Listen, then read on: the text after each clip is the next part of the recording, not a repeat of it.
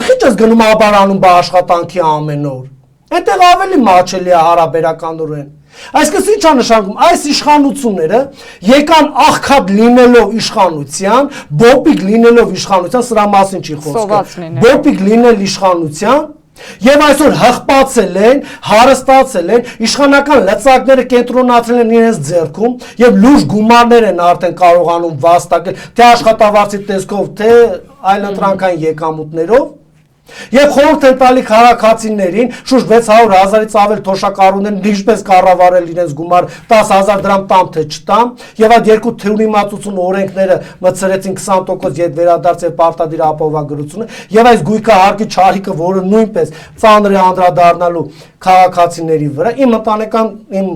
գույքահարկն էլ է տարբեր, հա, հատվածներում թանկացել։ Ես պետք է այս տարի եւս, հա, թանկ վճարեմ, բայց հարց է առաջանում, բոլորը, բայց հարց է առաջանում, այն տրամաբանությունը, որ գույքահարկը թանկացել է, դուք միլիոնատեր եք դարել, ոչ, հետեւաբար երկրի վարչապետը իրավունք ունի առհասարակի պաշտոն է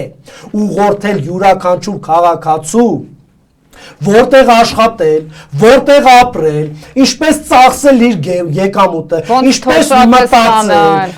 ինչպես ստանալ թոշակը, որ մի քիչ բարձր լինի։ Ինչպես սա, ինչպես դա, նրանք իրավունք չունեն։ Հայաստանի Հանրապետության վարչապետը Նիկոլ Փաշինյանը, իր 12 նախարարները եւ մեր երկրի նախագահ Վահագն Խաչատրյանը։ Լավ չեք ասում 12 առաքյալները, այո։ Մտքովս կներեք, ընդհատեցի։ Չէ, մտքովս չէր ասում Նիկոլ Փաշինյան, ինքն էր ասում Քրիստոս, Քրիստոսին ասում։ Հա, իրեն համեմատում նմանեցնում։ Գյուղնախարարությունը եւ էներգետիկայի նախարարությունը եւ Սփյուռքի նախարարությունը փակ է, որ լինի 12, ինքը հասկանալի ըստ կարգավիճակի, բա հուդանով է մեջների։ Երևի ընտրությունների ժամանակ կպարզվի։ Պարզվելու է, բայց դե մի քիչ հումորի, ախր Որ մեկ դասեցի։ Ասում էի հումորի կեսը կատակ է, այո, պարոն Մարտիրոսյան, եւ եզրափակենք նաեւ մեր զրույցը։ Այսօրվա կառավարությունը երկրի նախագահան, որը ուր գնում է մեզ խայտարակ է անում